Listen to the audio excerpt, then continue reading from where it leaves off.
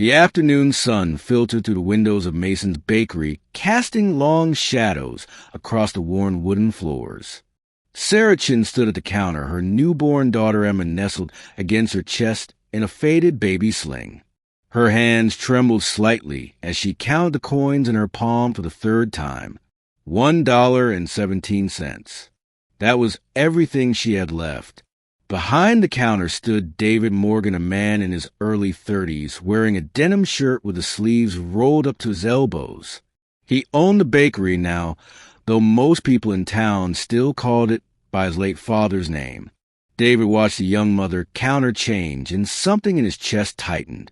"Just one slice, please," Sarah said quietly, her voice barely above a whisper. "The day-old bread, if you have any." David glanced at the clock. It was almost closing time. The display case still held fresh loaves, golden brown baguettes, and cinnamon rolls that filled the air with their sweet aroma. He looked back at Sarah. Her clothes were clean but worn. Dark circles shadowed her eyes. The baby against her chest couldn't have been more than a few weeks old. "That'll be," David started to say, but the words caught in his throat. He thought about his own daughter. Lily was 7 now and stayed with his sister on days like this when he worked late. He thought about the year after his wife passed, when every day felt like climbing a mountain with stones in his pockets. He remembered the kindness of strangers, the neighbor who left groceries on his porch, the teacher who never mentioned the unpaid lunch fees, the small mercies that kept him going. Actually, David said slowly, "Could you do me a favor?" Sarah looked up confused. "A favor? I made too much food today. Way too much. It's going to go to waste if someone doesn't eat it." He gestured toward a small table by the window. "Would you mind sitting down and helping me out? I can't stand throwing away good food." Sarah hesitated. Pride and hunger warred in her expression. "Please," David added gently. "You'd really be helping me." She nodded slowly and moved to the table. Emma stirred against her chest, but didn't wake. David disappeared into the back. Sarah sat straight in her chair, fighting the urge to lay her head down on the table. She hadn't slept more than 2 hours at a stretch in 3 weeks. Her apartment was gone. Her job at the call center had let her go when she couldn't return after Emma's complicated birth. Her boyfriend, the man who promised forever, had left before Emma was even born.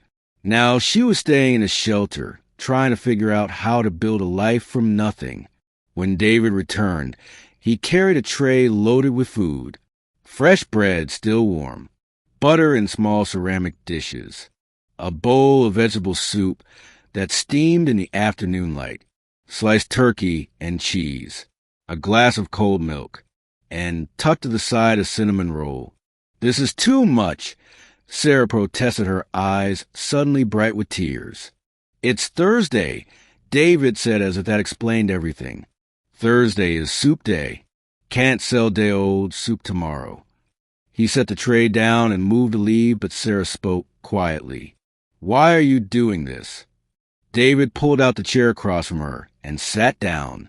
He was quiet for a moment, watching the dust motes dance in the sunlight. 5 years ago, I stood in a grocery store with my daughter. He began. My wife had just died.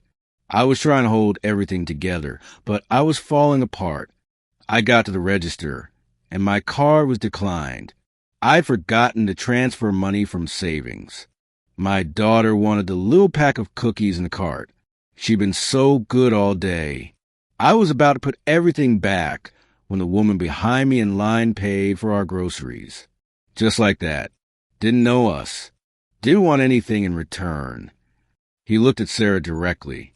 She told me one thing. She said, "When you're back on your feet, help someone else. That's how we make it through." Sarah's tears spilled over. She wiped them quickly with the back of her hand. "Eat," David said kindly. "Please. Before it gets cold." She did.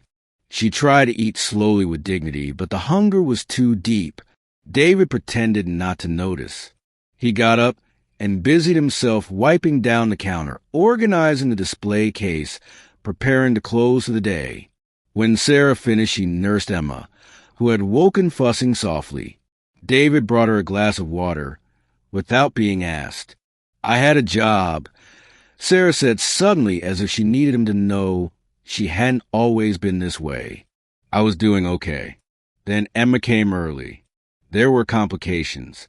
Medical bills.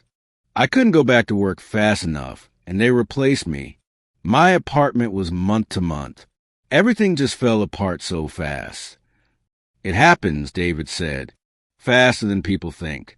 We're all closer to the edge than we want to believe.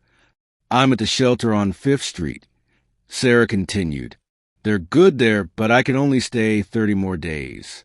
I've been looking for work, but nobody wants to hire someone with a newborn. No childcare. No references anymore. David was quiet thinking. Then he said, Can you start Monday? Sarah blinked. What? I need help in the bakery. Morning shift. 5 to noon. You can bring Emma. I have a playpen in the back from when Lily was small. The work isn't glamorous. Mixing dough. Serving customers. Cleaning. But it pays fair, and you can eat lunch here every day. You don't even know me, Sarah whispered. I know you're trying, David said. I know you counted change 3 times to buy 1 slice of bread to feed yourself so your baby could eat. I know you didn't ask for charity. That tells me what I need to know. Sarah couldn't speak. She just nodded, her tears falling freely now. David reached into the register and pulled out an envelope. Inside was $200 in cash. First week's advance. Get what you need for Emma. Show up Monday at 5. We'll figure out the rest as we go. That was 7 years ago. Today, Sarah manages the bakery's morning shift. Emma starts 2nd grade next fall. Sarah has her own apartment, now modest, but full of light and laughter. She saves a little each month. She volunteers at the shelter where she once stayed. And every Thursday, without fail, Sarah makes extra soup.